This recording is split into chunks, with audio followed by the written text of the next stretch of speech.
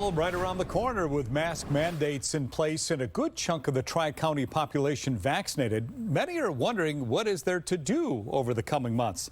There's some good news. Regardless of where you're at in your comfort level, there are things happening both indoors and outdoors. That's the topic of this year's and this week's, as a matter of fact, Willamette Week's Fall Arts Issue. Joining us to talk about it is Willamette Week Culture Editor Suzette Smith. Suzette, thank you for joining us on the program. Thanks for having me, Steve.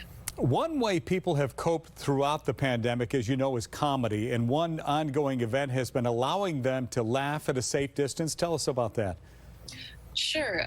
Kickstand Comedy started having open air in the park comedy shows, stand-up shows, although Kickstand is sort of an improv comedy organization, but they've been having stand-up shows every other Friday in Laurelhurst Park where you'll have touring comedians, you'll have local comedians.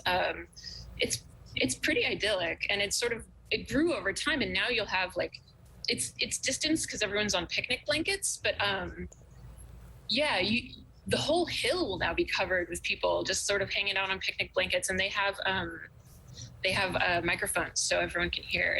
It's pretty fun. And I think the last one outdoors is going to be this Friday, but then they're trying to plan some indoor shows as well at the Alberta Abbey, I believe. Certainly need the humor right now, no question about it. Another outdoor activity people can check out offers a look at the musical past in a historically black neighborhood. Tell us about that.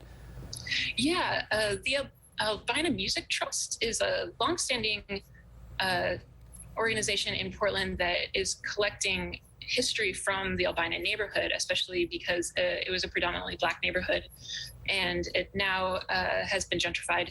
But the GPS walking tour is pretty cool. It just came out, and using the Echoes app, people can listen on their phones, and using GPS, it will know where you are, and it will sort of inform you about.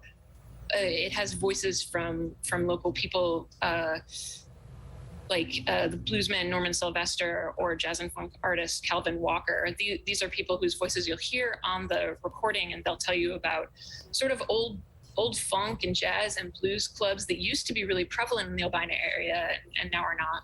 Those are familiar names, no question about it. For those interested in heading indoors, they can check out some public art proposals for future monuments, Suzette?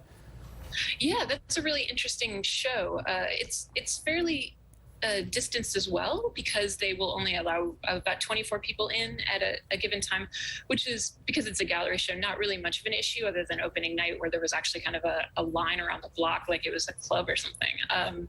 But that's a very interesting show because they did an open call.